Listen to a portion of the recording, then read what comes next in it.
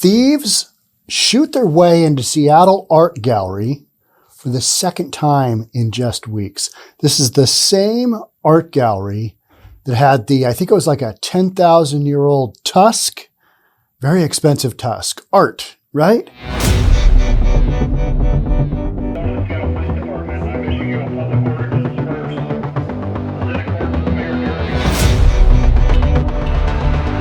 This is in the area where the Seattle Police Department has posted up a mobile unit, basically 24/7, to get rid of an outdoor, just crime, drug, you name it, section of block in downtown Seattle. It's called The Blade. It was between Pike and Pine on 3rd Avenue.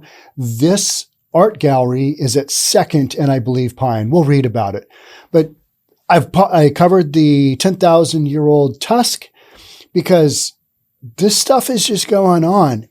And even if we put a mobile unit right on top, you got 6 cops right on top of a section of town that's been just terrible over the years. 1 block around the corner, you've got this going on, an art gallery. Second time in a couple of weeks, and the 3rd robbery since, I think, March. So what's going on? Well, these thieves know that they can get away with it. They broke in, they got in and out, and they're out of there. And the police were there relatively fast. I think it was like 4 minutes. So let's jump on into this one, and I'm going to show a little bit of video to those of you on the YouTube. And you can't see exactly what's going on, but you get when the shots go through the front door, you're like, oh, that's not good. All right, let's get into it. Before we do, if you're new here, welcome. My name is Sean Reynolds. I own a couple of real estate companies. I read the news. Sometimes it's crazy news like this, right? It's like, what is going on? A downtown Seattle art gallery owner said her businesses was targeted for the second time in less than 2 months as 3 men reportedly shot through the window 3 times and stole 3 carvings Sunday morning. And this is the 3rd robbery since. Things happen in threes. Get where I'm going with that? All right, let's take a quick peek at the video. This just sucks for this owner, but let's take a peek so you can kind of see what's going on.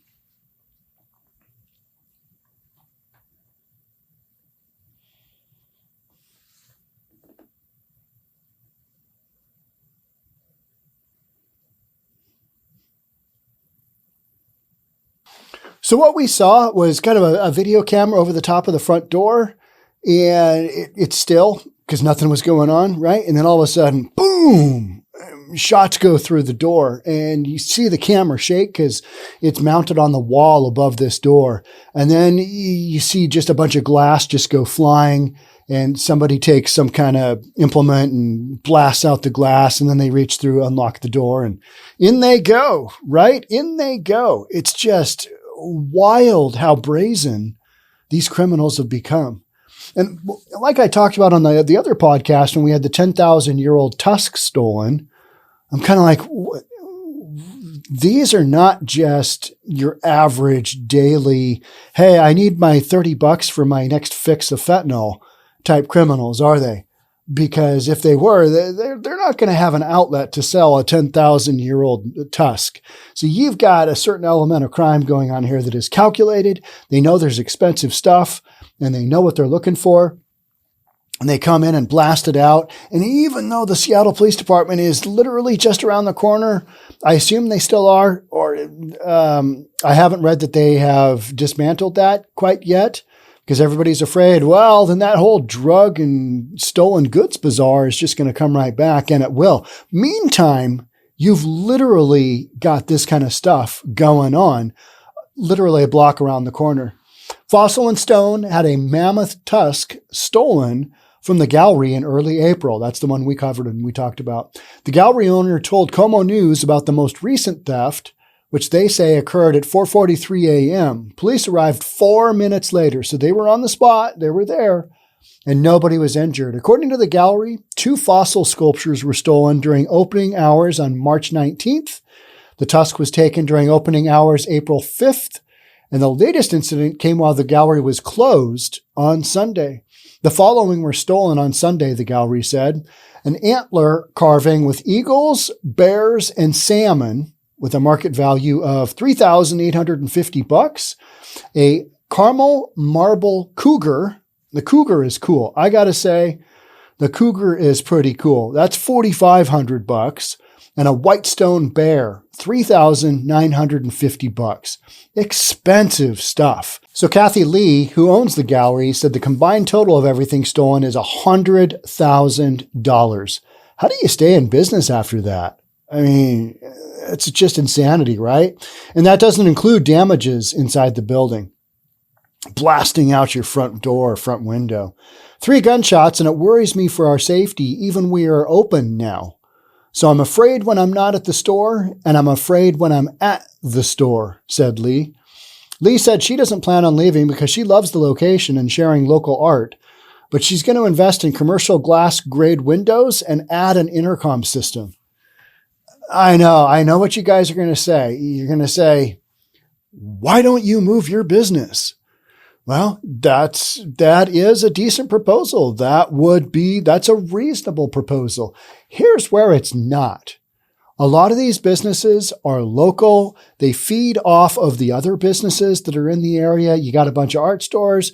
You got a bunch of people coming off of, enormous cruise ships that may duck into these stores, and buying a $4,000 or $5,000 art piece isn't that crazy.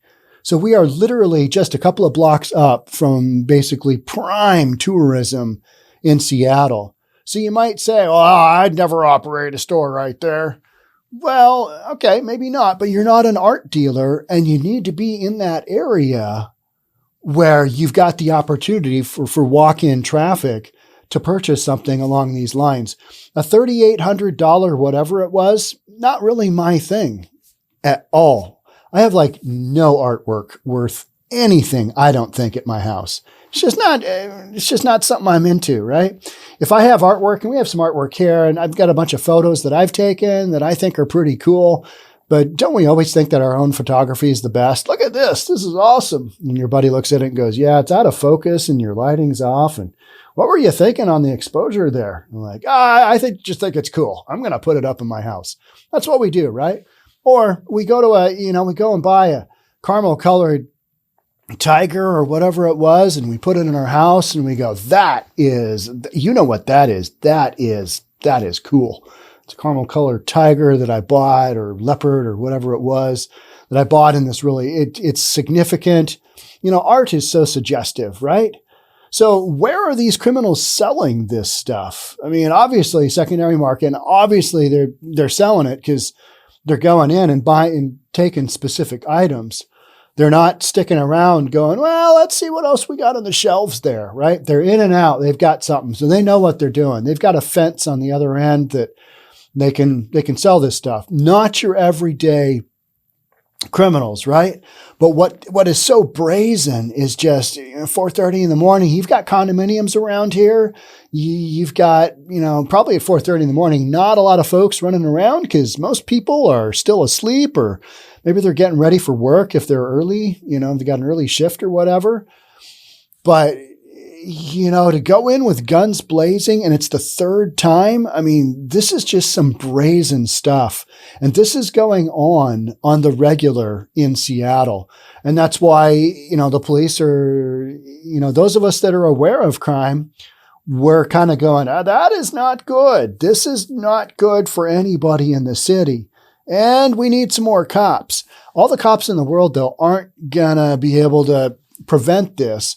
But what they will be able to prevent is just have more coverage of the city in general.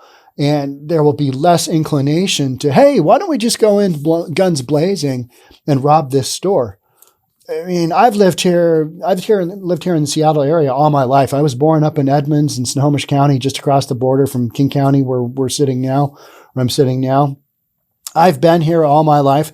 I don't remember stories like this where people just go in guns blazing and opening up a store, and just taking whatever they want. We're at a new level of brazenness, and we're seeing national stories of this. The grab and go, just people ripping out ATMs, people doing just crazy stuff. because they can, because they know they're going to get away with it.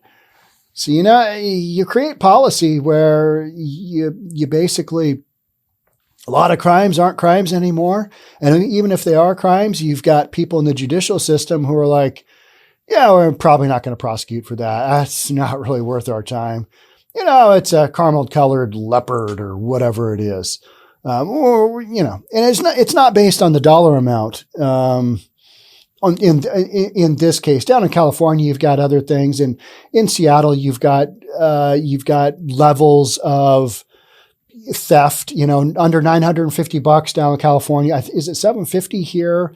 In Seattle, it's a misdemeanor versus a felony. These are felony crimes. I mean, you go in guns blazing on a shop and then steal some really expensive art. Those are going to be some felony crimes, but are we even going to prosecute that if we find these guys? And guess what? We're not finding these guys. We're just adding them to a long list of criminals that are running around and basically having their way with a city like Seattle. It's just, it's ongoing and it's happening. And the police, I think, are doing, some of what they can, but this is a problem that started long ago. And the genie's out of the bottle, and you're not going to have an easy time putting it back in. The current mayor, he's doing what I think he believes is what he can to kind of get a handle around some of this stuff. You might say, hey, it's a big city. You got some big city crime. Okay, yeah. But the brazenness of this kind of stuff is what I look at and go, oh my gosh, that is happening just a few miles from here. That is absolutely nutty. What do we do to stop that from happening?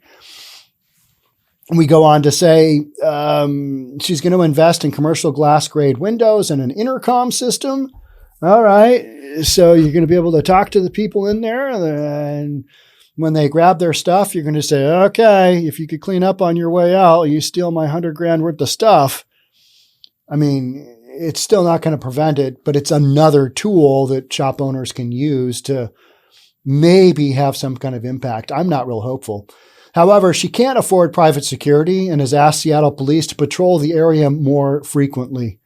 We need more patrols in this area, 2nd and Pine, that's where her store is, to protect small businesses that can't afford security 24/7. The emphasis on 3rd Avenue is appreciated, and I asked Seattle Police Department to spread out as well to protect the adjacent area. What's so wild about this story is we are not talking all that far away from where we've got this emphasis patrol and this, we've had this mobile unit set up for quite some time to deter the just extravagantly wild crime happening between Pike and Pine and on 3rd Avenue. This is literally around the corner. You can walk around the corner. You walk around the corner towards Pike Place Market where you got the dudes, throwing the fish. And this is where that is. So we're not talking 10 blocks away. We are talking maybe a 30-second block or 30-second walk away. So this stuff is ongoing and it's just happening. And how long before all these businesses are like, you know what, this is not worth it? Because somebody goes in shooting. I talked about, maybe a month ago, a business owner of a jewelry business in the Ballard area, which is, I don't know, a handful of miles to the north of this. And she basically had a feeling a criminal cracked her window, maybe do a little stress test to see how hard that window would be to break in. She saw the crack. She slept in her jewelry store with her big dog. I think it was like a 120-pound dog. And the criminal came in and she was ready and waiting for him. I had the dog barking and, the criminal booked it out of there. But that is just how brazen these criminals have gotten because they know at the end of the day, the bottom line is the odds are highly in favor of them getting away with this stuff. And so why wouldn't they do it? I mean, who wants to go to work? Who wants to pay taxes? Who wants to have, Social Security taken out of your paycheck? Who wants to have to get up in the morning and, prepare yourself for work? Jeez, no way. Let me just crank off 3 rounds, steal a few things, make a couple of grand. What are they going to get on the secondary black market for these stolen art items? Is it $500 a pop? I mean, they're hot, right? I mean, I've got pictures here of it. It's very clear what they are. There's video of it all over the interweb, right? How much are they actually going to get for this stuff? Because if it's retail at whatever in a nice shop in downtown, wholesale, it's a little bit hot. I mean, you might think of this item as a hot potato, but you give me $500 for it. Is it a couple $100? I don't know. My secondary market of stolen goods knowledge is somewhat limited. Residential real estate, talk about that all day long. We don't, because that's kind of boring, right? It's kind of boring. But yeah, this is what's going on. And we're seeing examples of it. This is probably the most brazen you're going to see. And you're seeing examples of that. And that typically happens in downtown because it's more of a high-rise commercial area and there's fewer people on the street at like 4:30 in the morning than a residential area, a little bit further out where they're, maybe going to run into somebody saying, hey, what are you doing breaking into that, home? But we've got a lot of that going on too, because, well, why wouldn't we? Don't have enough cops to cover it a lot of the times. Don't have the ability to cover all the crime that's going on. And crime does pay. Let's be honest. Right now, crime is paying very well. And so these criminals know it. And, making $15 an hour wherever, they're not into that. They're into the easy buck. And right now it's working their way. So hopefully we can get a handle on this, but I say hopefully because I don't think right now and anytime moving forward, we've got the ability to do much more on these types of things going on. So it's up to the individual business owners to basically fend for themselves. And that's where I keep saying, hey, at some point in time, you're going to have some vigilante shop owners who are not just sitting in a shop with their big dog. They're going to be sitting in there with their big gun, and somebody's going to be blasting in and then somebody's going to be blasting out. And that is going to end in tragedy. We're going to start seeing some of that, guaranteed, because this stuff can't go on unabated. It just can't. So at some point in time, unfortunately, I will be reading those stories, right? I mean, that's just where we sit. People are going to get pissed off and they're going to say, you know what? I'm just not going to deal with this anymore. Just not going to deal with this anymore. It's where we sit. All right. Thanks for listening. Thanks for being here. Thanks for supporting News for Reasonable People.